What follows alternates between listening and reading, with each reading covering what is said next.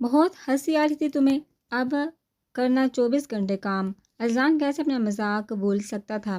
دونوں بھی اعظم شاہ سمیت سب کو رخصت کر رہے تھے۔ تایا ابو مذاق نہیں کر رہے تھے۔ میر کو صدمان پہنچا، تمہارا اور فیضان کا کون سا مذاق کا رشتہ ہے؟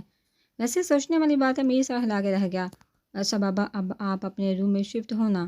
اذلان نے نفی میں سر ہلایا، اس کا بھی تنگ کرنا جائز ہے۔ شام میں سب چلے گئے تھے بابا، اتنے رومز خالی ہیں، اور سوچیے میری بیوی آپ کی بیوی پر قبضہ جما کر بیٹھی ہے۔ میں کہہ رہا ہوں اگر ایسا چلتا رہا تو کل آپ کے وارڈروم میں میری بیوی کا سامان ہوگا اور آپ ہوں گے میرے کمرے میں۔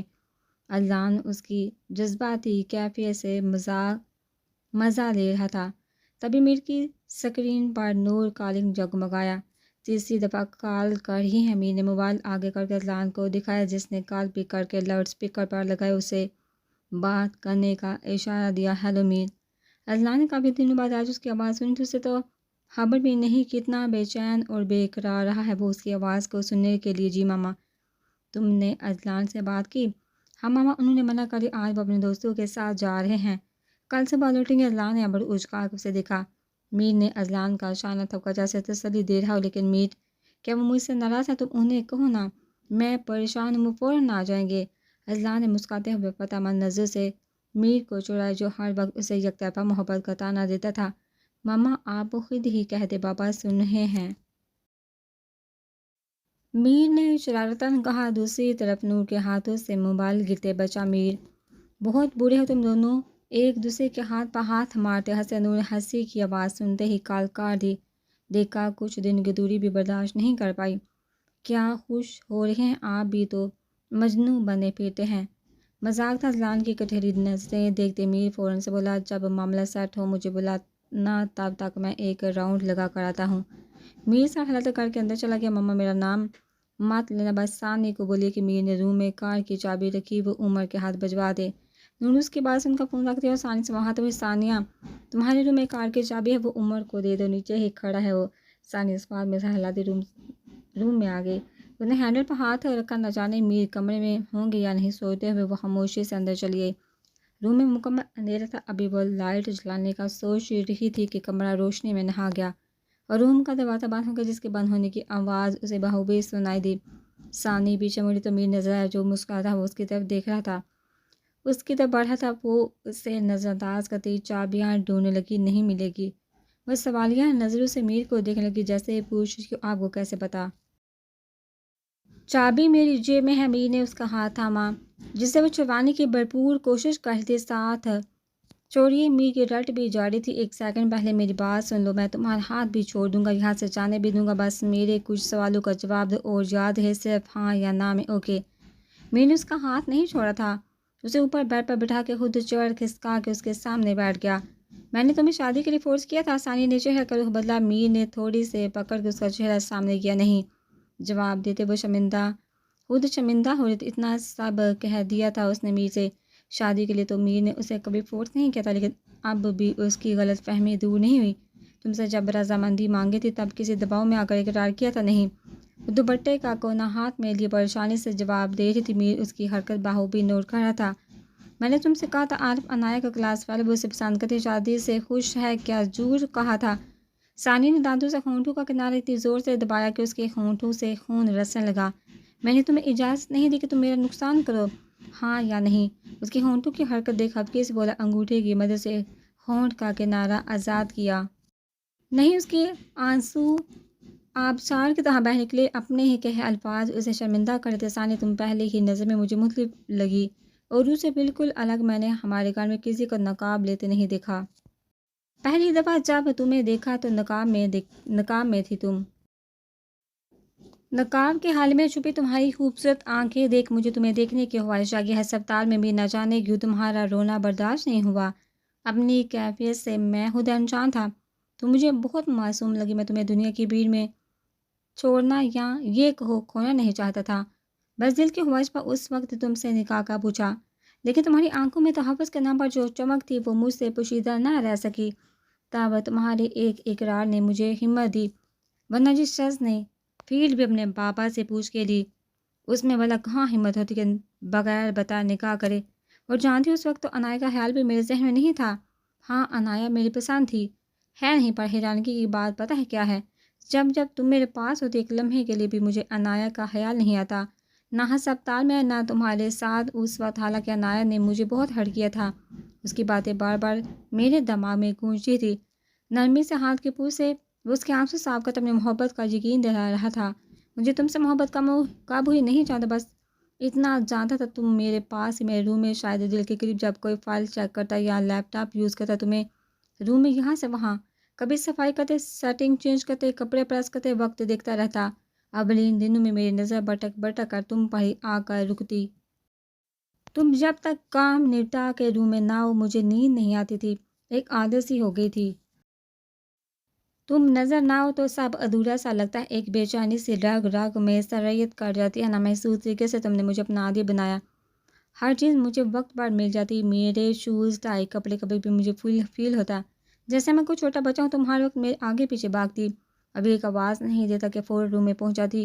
بس ایک بات مجھے بری لگتی تھی، تمہارا وہ خوف، مجھے دیکھتے ڈر کے کہیں بھاگ جاتی، خود بلاؤں تب جا کر آتی، اور پہل تو تم نے کی ہی نہیں تھی، ثانی پہل میں نے کی تھی۔ اگر تم میری حوصلہ افزائی کر رہی تھی تو مما کے کہنے پر، جانتا ہوں میں یہ، مجھے بھی اکثر وہی سمجھاتی تھی کہ زندگی میں آگے بڑھ، میں تمہاری جھجک دیکھ خود ہی تم سے بات کرتا، تمہارا بولنا مجھے اچھا لگتا تھا، میں چاہتا تھا تم خود مجھے اپنے بارے میں بتاؤ۔ جانتی ثانی مجھے چہرے پڑھنے کا ہنر نہیں آتا، لیکن تمہارا اداس چہرہ دیکھ میرا پورا دن خراب گزرتا۔ تم اکثر شادیوں سے آنے کے بعد اداس آتی، صرف اس لیے کہ ہمیں اولاد نہیں ہو رہی۔ تمہارا اداس چہرہ دیکھ کر میں پورا دن پریشان رہتا۔ اب حالت دیکھ لو، تمہاری اس ناراضگی کی وجہ سے بابا نے مجھے دو ڈیلو سے دور رکھا ہے۔ سمجھو اچھال پھینکا، کیونکہ میں اینڈ ٹائم پر فائل ہی غلط لے گیا۔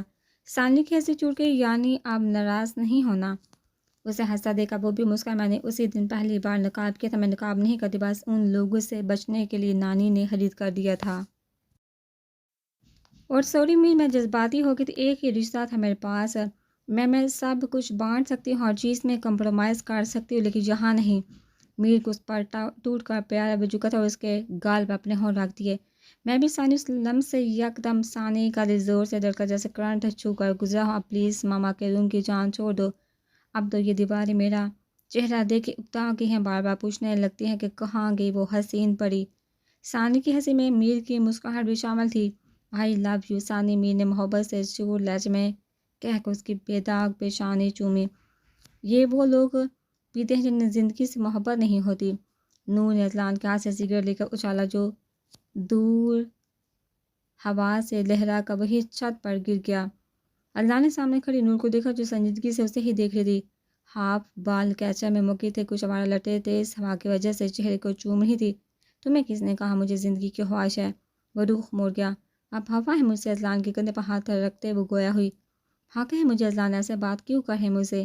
اذلان نے اس کی کمر کی گرد بازو ہل کر کے اسے خود سے قریب کیا، وہ بالکل اس کے سینے سے چپک گئی۔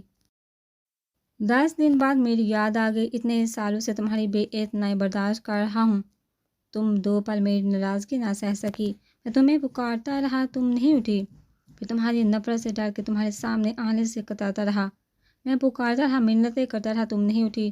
جانتی دل پھٹ رہا تھا میرا، مجھے لگا کسی بھی وقت موت آ کر مجھے اپنے لپیٹ میں لے لے گی۔ میر تمہارے سامنے ایک دفعہ کیا رویا، تم اٹھ گئی، میری ویلیو ہی نہیں۔ نور جو افسردہ تھی، اذلان کی پوری بات سننے پر مشکل سے اپنی ہنسی روکی، اپنا دائیں ہاتھ اذلان کے دل پر رکھ کے گویا، یعنی میرے زندہ بچنے کی خوشی نہیں، گرفت تیز ہوتی محسوس کر کے وہ چپ ہو گئی۔ ساتھ اذلان کی خوفناک نظریں بھی اس پر گری تھی۔ میں بہت ڈر گئی تھی اذلان، میں واقعی مر جاتی اگر حیا اس کا لہجہ بھی گوا تھا۔ شٹ اپ، ایک بار کہی بات تمہاری سمجھ میں نہیں آتی؟ وہ کام ہی تو گیا تھا، کتنا آسان تھا اس کے لیے مرنا، وہ کیا کرتا بلا اس کے بغیر؟ عادی ہے وہ بھی، ہنسی بولی۔ اذلان، میر اور میرا رشتہ بہت گہرا ہے، وہ اس وقت میرے ساتھ ہے جب میرے اپنوں نے مجھ سے منہ موڑ لیا۔ کوئی طاقت ہے جو ہر بار اسے میرے پاس بیتی ہے، وہ نعمت ہے جسے اللہ نے مجھے نوازا ہے۔ میرے لیے وہ بہت خاص ہے، پتہ ہے کیوں؟ کیونکہ وہ آپ کے وجود کا حصہ ہے۔ ایسے کیا دیکھ رہے ہیں؟ اس کی نظروں سے ہمیشہ خود میں سمرنے لگتی، آج بھی وہی چاہت، وہی محبت ہی ان آنکھوں میں۔ نور، ماہا کو اولاد نہیں چاہیے تھی، آج جانا اللہ نے اسے تمہارے لیے بھیجا تھا، اور عمر وہ اس کی چیز تھی، اس نے واپس لے لی، بے شک وہ وہاں بہت خوش ہوگا۔ اذلان افسردہ ہو کر نور اس کے سینے پر سا رکھ دیا، گرفت اور ساتھوں کی جیسے وہ اس سے بھی کھونے سے ڈرتا ہے۔ جانتی ہو سگریٹ کیوں پیتا ہوں؟ وہ دوسرے ہاتھ سے اس کے بال میں انگلیاں پھیرنے لگا۔ نور نے سر اٹھا کے گردن نفے میں ہلائی۔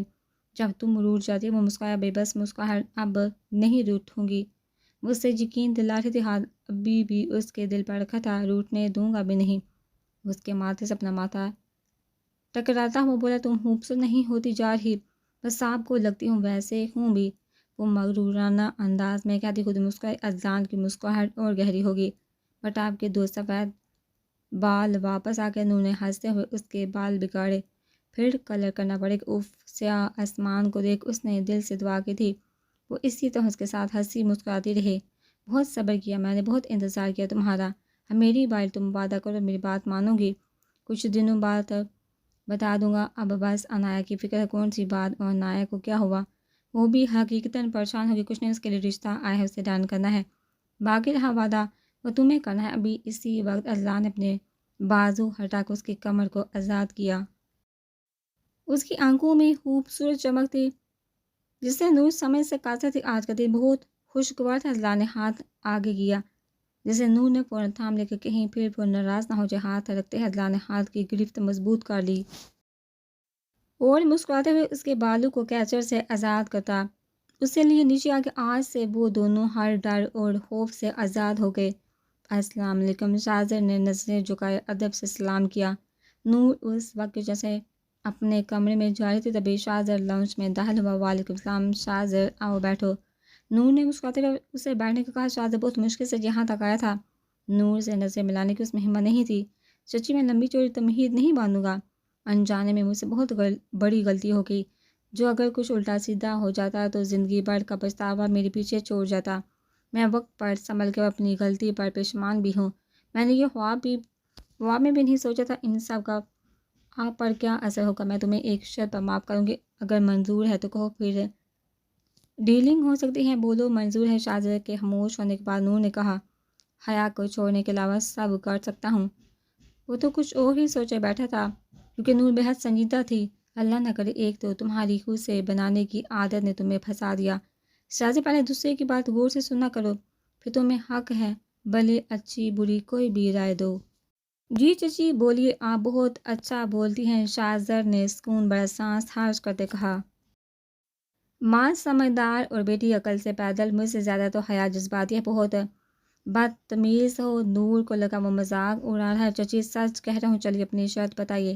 وہ صوفے پر پرسکون سے بیٹھ چکا تھا، نور بھی اس کے سامنے آ کر بیٹھ گئی۔ شاہزر حیا نادان ہے، بھی گرداری کا تجربہ نہیں، اس کی چھوٹی موٹی غلطیاں بھلے معاف نہ کرنا لیکن زیادہ غصہ مت کرنا، بس اتنی سی بات۔ چچی گھر میں پہلے اس کے سارے سپورٹر موجود ہیں، ایسے میں اگر اسے ڈانٹوں بھی تو پاپا مجھے گھر سے نکال دیں گے، اور ایک وجہ تو ویسے ہی ان کے پاس ہے۔ نور کی پوری بات سننے کے بعد شاہزر نے کہا، نور بس اس کی بات سن کر مسکرایا، دل ہی دل میں شکر ادا کیا، لیکن یہ وعدہ رہا میرا، میں پوری کوشش کروں گا غصہ کم کروں اور آپ کی پاگل بیٹی کو سنبھال سکوں۔ خوشی نور کے چہرے سے جھلک رہی تھی۔ وہ اٹھ کر شاہزر کے لیے جوس بنانے چلے گئی۔ شاہزر اب ہلکا پھلکا ہو چکا تھا، حیا کو منا کر وہ تنگ آ چکا تھا۔ وہ تو یہاں تھے، اسے بھول چکی تھی، غلطی سے ملتی بھی تو منہ ٹیڑھا کر کے سائڈ سے گزر جاتی۔ شاہزر کو اس کی بچکانہ حرکتیں دیکھ ہنسی تو بہت آتی، لیکن مشکل سے ضبط کرتا کہ کہیں اور زیادہ نہ ناراض ہو جائے۔ عمر یونی سے آتے آفس چلا جاتا۔ آج کل فیضان کا غصہ عروج پر تھا۔ شاہزر نے بھی ان سے معافی مانگنے کے بعد انہی کا بزنس جوائن کر لیا۔ فیضان سے ناراضگی اس لیے تھی کہ وہ ان سے بدگمان تھا۔ اب بدگمانی کے بادل چھلٹے تو اسے احساس ہوا، اتنا تنگ کرنے کے بعد ان کی ناراضگی بھی بجا تھی۔ صرف ایک حمزہ تھا جو آج کل بچا ہوا تھا، ورنہ وہ تینوں تو آج کل گن چکر بنے ہوئے تھے۔ بھلے عمر کی فیلڈ الگ تھی لیکن کام اسے وہی دیا گیا تھا۔ وہاں اکاؤنٹس سیکشن میں فیضان نے اسے کام پر لگا دیا تھا۔ شاہزر، یہ لو فائل 11 بجے سے پہلے ٹائپ کر کے میل کر دینا، میں چلتا ہوں۔ میر نے اس کے کیبن میں آ کر فائل تھماتے اسے کہا، لیکن یہ آپ کا کام ہے، میرے پاس آلریڈی بہت کام ہے، سوری۔ شاہزر صبح سے کام کر کے آدموا ہو چکا تھا۔ فیضان ہر 3 گھنٹے بعد کوئی نہ کوئی فائل اس کے کیبن میں بھیجتا۔ اس نے صبح ناشتے کے بعد کوئی چیز حلق سے نہیں اتاری، یہ تمہیں ہی کرنا ہے شاہزر، ایکچولی آج میرا موڈ باہر ڈنر کرنے کو ہے، میں نے تایا ابو سے کہا، انہوں نے خوش دلی سے کہا جو کام ہے شاہزادے کو دے کر روانہ ہونا، ورنہ وہ فارغ دماغ کے ساتھ کوئی نئی منصوبہ بندی کرے گا۔ میر نے مسکراہٹ دباتے کہا شاہزادے کو تباہ کر جو اسے سکون ملا تھا لفظوں میں بیان کرنا مشکل تھا۔ ہر پورا ایک ہفتہ ثانی اس سے دور ہی تھی، کیسے وہ ثانی سے بلا سکتا ہے جبکہ شاہزادے نے بامشکل اس کا طنز ہضم کیا تھا۔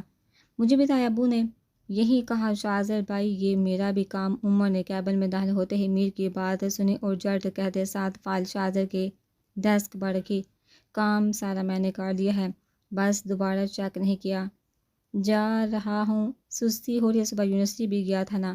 شاہزادے کی ہونہار نظروں کو نظر انداز کرتا وہ دانتوں کی نماز کے بعد کیبن سے چلا گیا۔ میں ثانی کو کال کروں، تیار بھی تو ہونا ہے۔ You continue. میر جان لیوا مسکراہٹ ہونٹوں پر سجا کر کیبن سے نکل گیا۔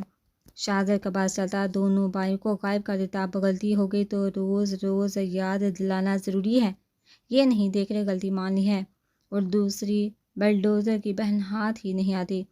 شاہزادہ تھکا ہر رات کے 12 بجے گا لوٹا لاؤنج میں اندھیرا تھا، یقیناً سب سو چکے تھے۔ اسے معلوم تھا حیا بھی سو چکی ہوگی۔ وہ دکھتے سر کے ساتھ کچن میں چلا، لیکن وہاں کا منظر دیکھ حیران رہ گیا۔ یہ تم ہو؟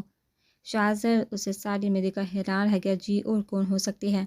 حیا قدم اٹھا اس کے پاس ہے۔ تم نے یہ ساڑی کیوں پہنی؟ آج میں مریم کے گھر گئی تھی اس لیے۔ جو خوش ہوا تھا کہ حیا اس کے لیے تیار ہوئی، حیا اس کے لیے تیار ہوئی، صبر کی گھونٹ پی کر رہ گیا۔ میں وہاں ہی خوش ہو رہا تھا۔ ہر آپ محترمہ سوئی نہیں؟ شاہزادہ نے گھڑی میں ٹائم دیکھتے ہوئے پوچھا۔ شوہر کی واپسی کے بغیر میں کیسے سو سکتی ہوں؟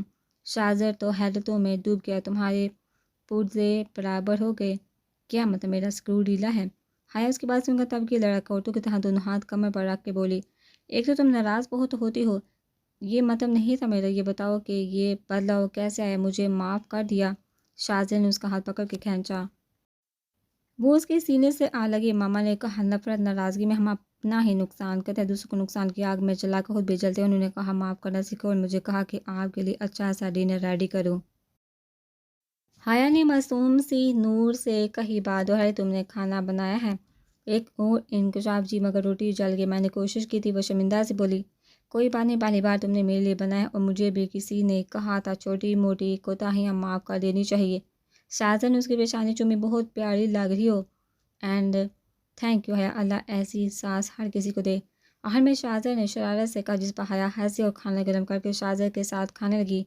حیا نے ایک ہفتہ تو گھر میں خوب مزہ کیا، سب کو گفٹس دیے، اپنی اور شاہزادہ کی پوری البم ان کے سامنے کھول کے بیٹھ گئی۔ ایک ہی واقعہ وہ دن بھر سناتی رہتی۔ نور اسے مسکراتے دیکھتی تو دل ہی دل میں اس کے لیے ڈھیروں دعائیں مانگتی۔ فیضان نے شاہزادہ کی حرکت کے بعد ان کا ولیمہ رکھا تاکہ رشتہ دار کو ان کی آمد کے لمحوں ساتھ جو حالات بگڑے تھے کچھ بہتر ہو۔ دوسرے ہفتے حیا نے ضد کر کے کچن سنبھالنے کو کہا تو فیضان نے اسے بھی پڑھائی کنٹینیو کرنے کا حکم دیا، جس سے سن کر بامشکل اس نے اپنے آنسو روکے تھے۔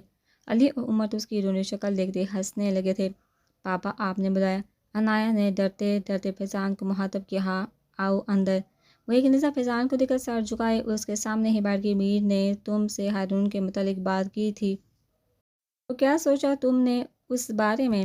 اس کے وہم و گمان میں بھی نہیں تھا کہ فیضان اس لیے اسے بلائے گا۔ وہ کافی دیر خاموش رہی، پھر ہمت جٹا کر بولی، پاپا میں دوبارہ غلطی نہیں کرنا چاہتی۔ میں اور احمد اکیلے ہوش ہیں، میں جاب کر لوں گی، مجھے کسی سہارے کی ضرورت نہیں۔ عنایا نے تھوک نکلا، اس کے ہاتھ کپ کپا رہے تھے۔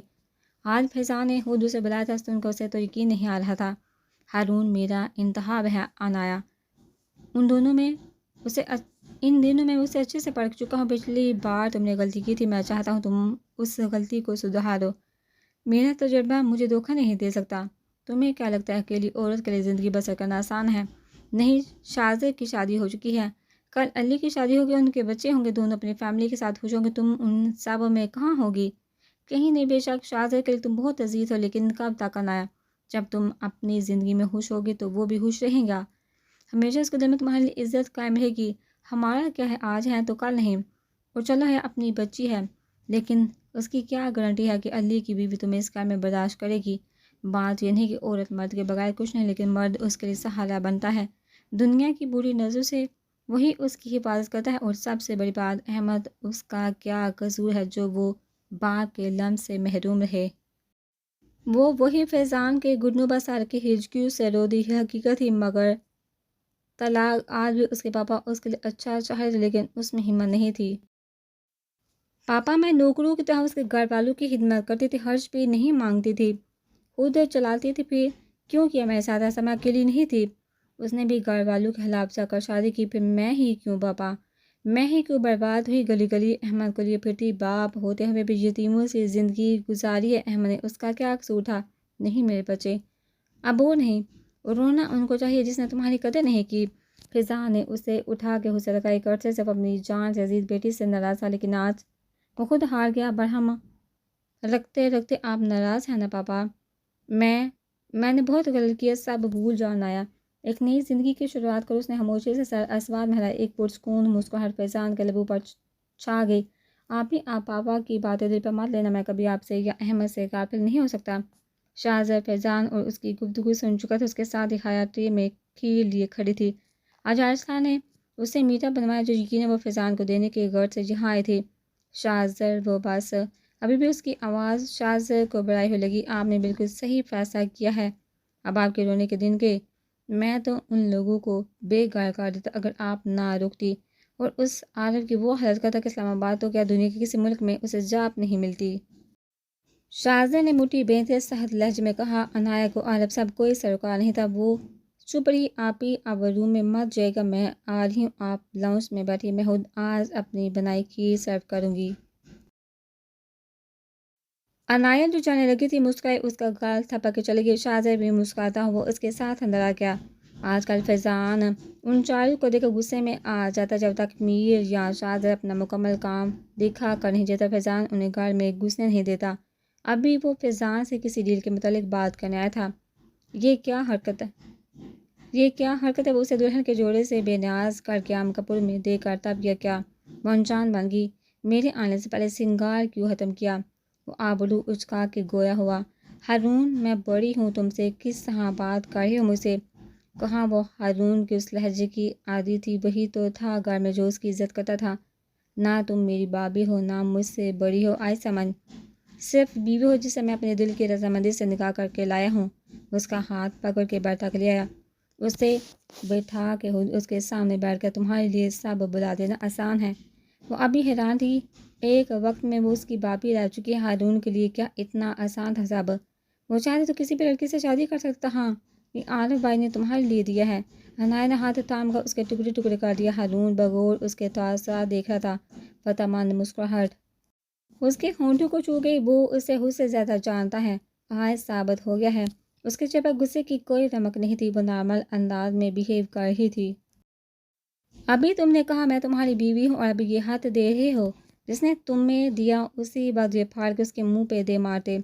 ہارون اعتبار کے رشتے سے بڑھ کر کوئی رشتہ نہیں ہوتا۔ مجھے اس شادی شدہ زندگی میں صرف اعتبار چاہیے تھا جو مجھے نہیں ملا۔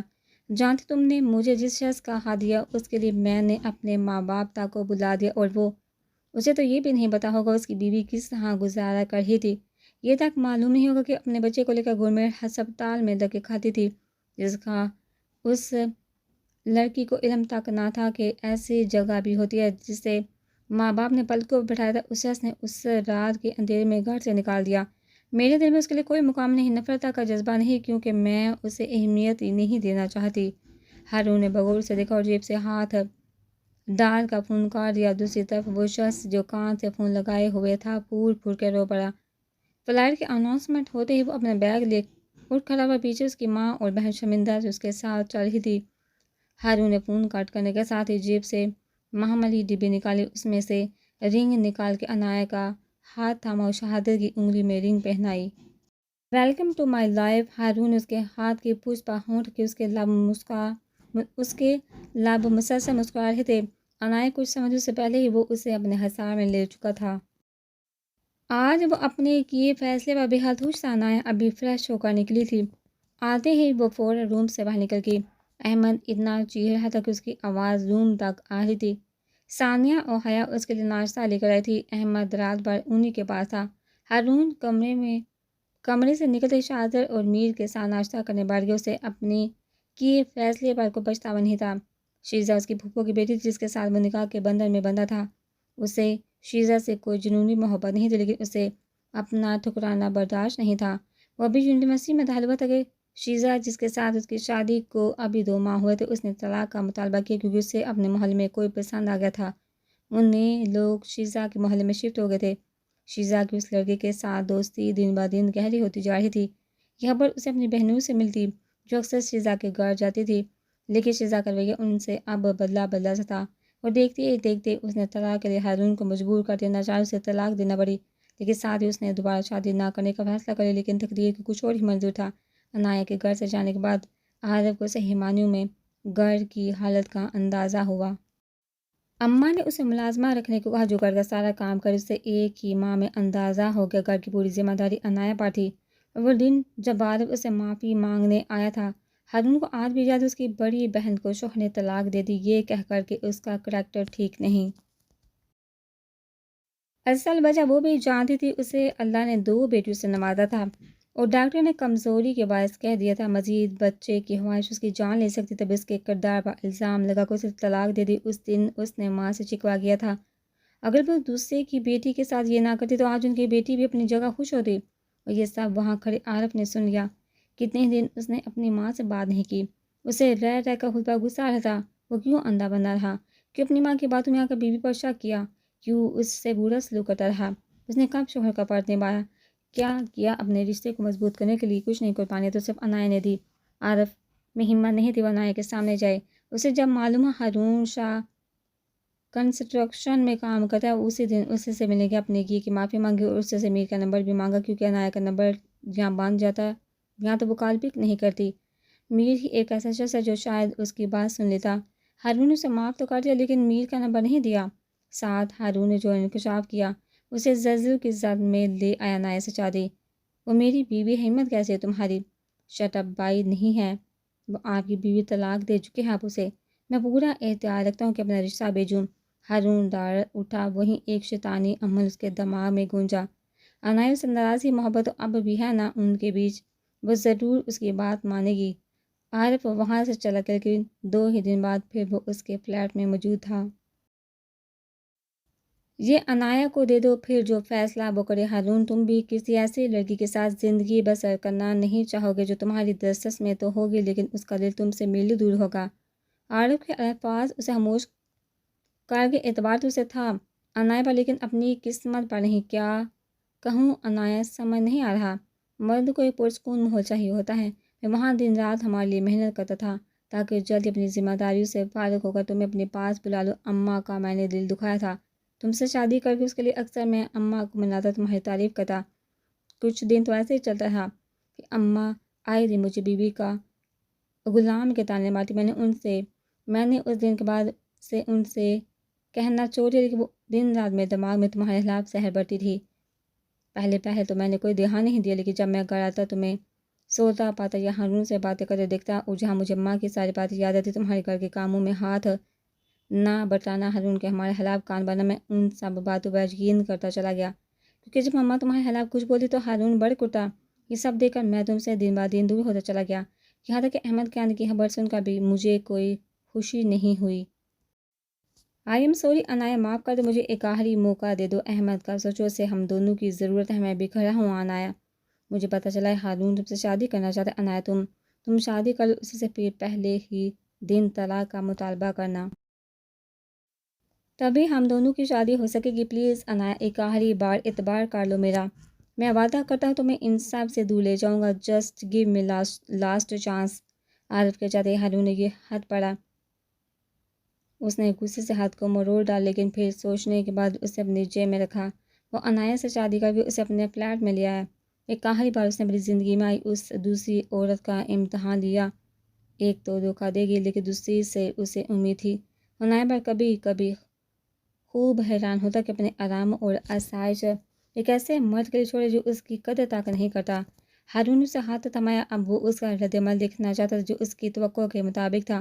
آج اس عورت نے ہارون کا دل جیت لیا، ایک عورت نے اس کا بھروسہ توڑا تو دوسری نے جوڑا۔ اب عنایہ اور وہ ایک دوسرے کے لیے تھے کیونکہ وہ خود سے جڑے رشتے بہت پیچھے چھوڑ آیا تھا۔ اسے پتہ ایک نہ ایک دن وہ اپنی ماں کو معاف ضرور کرے گا لیکن کتنا وقت لگے گا وہ یہ نہیں جانتا۔ اس کی بڑی بہن بھی عنایہ کے خلاف تھی۔ 2 بہنوں کی شادی عنایہ کے آنے سے پہلے ہو چکی تھی۔ بعد میں عارف نے اپنی چھوٹی بہن کی بھی شادی کر دی جس میں ہارون نے اس کا بھرپور ساتھ دیا۔ دوسری طرف عارف نے عنایہ کی پوری بات سنتے ہی فون رکھ دیا اور اپنی ماں اور بہن کے ساتھ اس ملک کو الوداع کہہ کر چلا گیا عمر بھر کا پچھتاوا لیے۔ نو مور چاچو اونلی پاپا۔ عنایہ ان دونوں کی باتیں سن کر دل ہی دل میں شکر ادا کرتی۔ وہ میرے سے صفائی کروا رہی تھی۔ آج ہارون گھر پر ہی تھا۔ ان کی شادی کو آج 1 ماہ ہو گیا۔ اس 1 ماہ میں اسے انون نمبر سے کافی دفعہ کال آئی، ایک دو اس نے تنگ ہو کر اٹھا بھی دی۔ پلیز عنایہ کال مت رکھنا، میں عارف۔ ایک بار عنایہ نے جٹ فون رکھ دیا۔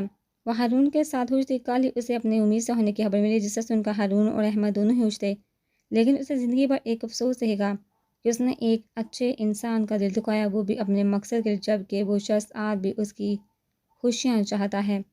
Thank you Mir for every thing and sorry for every thing, Inaya نے جلدی سے ٹائپ کر کے میر کے نمبر پر بھیج دیا۔